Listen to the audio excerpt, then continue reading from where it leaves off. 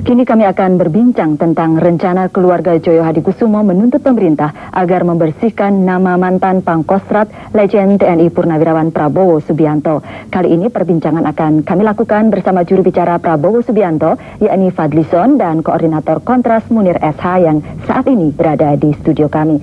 Selamat petang Bung Fadli. Pak Munir, apa kabar? Iya, Bung Fadli, saya mulai dari Anda. Anda juga hadir waktu tanggal 14 malam itu ya? Betul. Iya, tapi yang saya tanyakan adalah Pak Muladi ini katanya kok bisa bocor begitu? Ya, saya rasa kan kalau dilihat dari nomornya saja itu kan serinya B ya. B itu kan artinya biasa, bukan klasifikasi rahasia.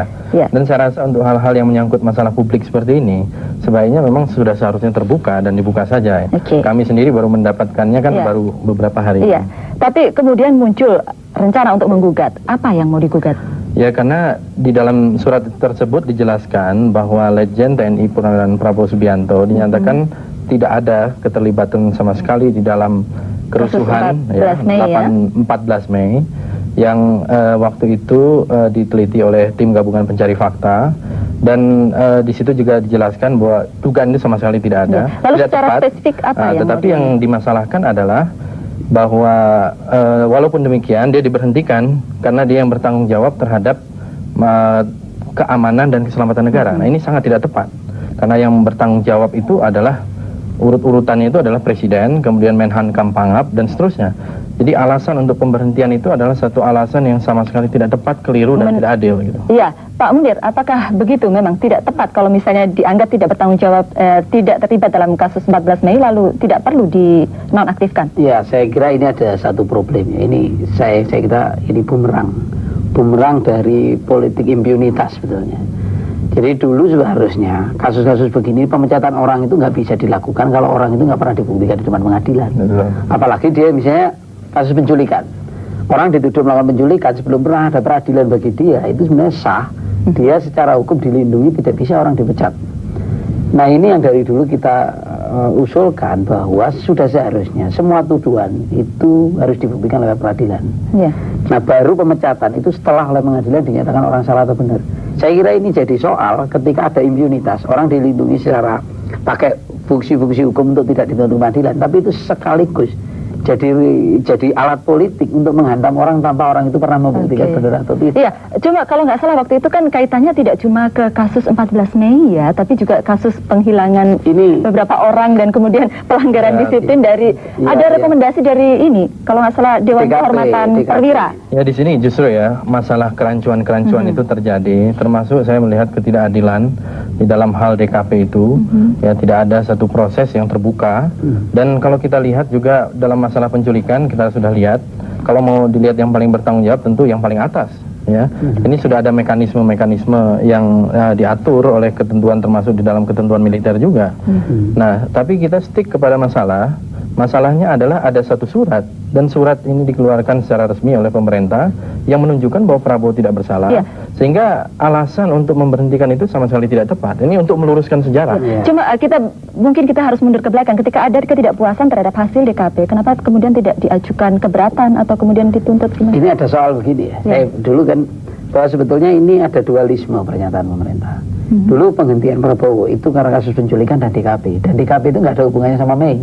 Nah, tiba-tiba pemerintah membuat keterangan seolah-olah pemecatan itu berkaitan dengan Mei. Ya, karena kasus lain. Gitu. Saya rasa begini, masalah penculikan itu juga kan bukan masalah Prabowo sendiri ya, dan saya rasa itu juga tidak bisa dibuktikan, dan sudah ada satu proses pengadilan militer di mana sudah ada tersangka-tersangkanya, dan di situ memang dibuktikan di dalam satu forum yang legal gitu ya. Nah, jadi masalahnya adalah di situ, sehingga upaya yang dilakukan atau rekomendasi dari DKP dengan adanya pengadilan mengenai penculikan itu sudah tidak berlaku. Ya, dan pemberhentian itu sendiri menjadi satu hal yang absurd. Sebenarnya ini yang sekarang kita Kontras lagi menggugat di pengadilan, sedang jalan ini gugatan kita kepada Pak Wiranto bahwa putusan DKP dulu menyatakan bahwa penculikan itu karena perintah orang, dan kemudian orangnya dilakukan tindakan. Tapi begitu di sidang pengakuannya ini atas hati nurani macam-macam. Ini kan kasihan rakyat. Jadi kemudian berhenti sampai di situ dan tidak sampai berlanjut begitu ya. Padahal begini, kalau menurut saya bahwa kalau misalnya Prabowo atau siapa tidak terbukti, itu lebih baik di pengadilan. Dan Prabowo kenapa sih tidak ditarik aja ke menjadi saksi keterangannya? Kalau dia ada bukti-bukti tersangka, kenapa tidak dibawa ke pengadilan saja?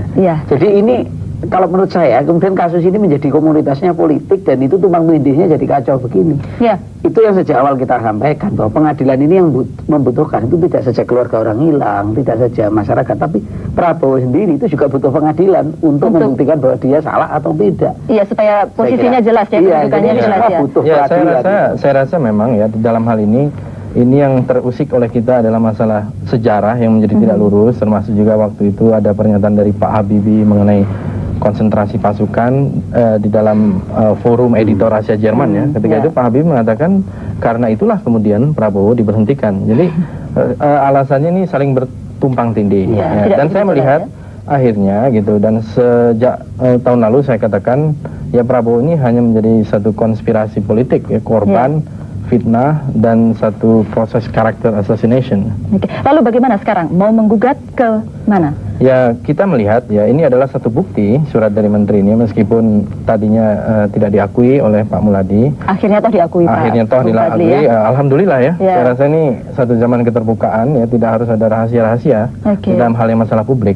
Nah, kita ingin meluruskan sejarah. Jadi intention kita adalah meluruskan sejarah. Ke PT UN maksudnya, begitu atau bisa demikian. Yang digugat itu, yang digugat itu surat ini atau kemudian pemberhentian? Tentu keputusan. Ya, ini yang sedang keputusan pemberhentian Pak Prabowo begitu ya. Karena ini banyak masalah-masalah yang akhirnya tidak adil dan akhirnya kemudian diaminkan saja buying time gitu ya. Tidak diselesaikan menurut secara menurut saya tentu saja. Saya setuju itu. Memang harus digugat ini. Karena ada kontestasi hukum untuk membuktikan satu proses.